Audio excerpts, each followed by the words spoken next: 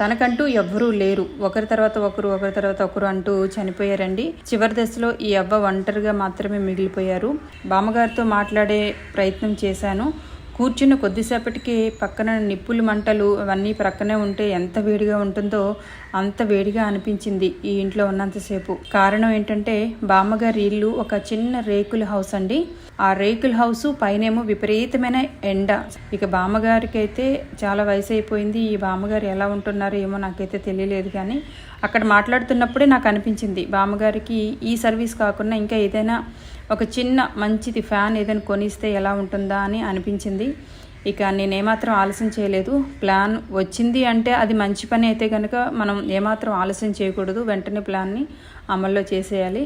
ఇక next decay బామ్మగారికి మళ్ళీ fan అయితే కొనేసామండి. మళ్ళీ రెండో రోజు ఆ ఊరికి రావడం జరిగింది. బామ్మగారికి ఫ్యాన్ కొన్నాను అన్న సంగతి అయితే తెలియలేదు. నార్మల్గానే నేను ఆవిడ దగ్గరికి వచ్చాను, పలకరిస్తున్నాను అని అనుకుంటున్నారనమాట.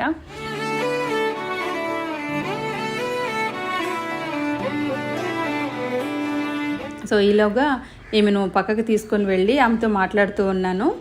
ఈ సైడ్ నుంచి మా వాళ్ళు వచ్చేసి ఫ్యాన్ని ఆవిడ ఇంట్లో సెట్ చేసేస్తున్నారు.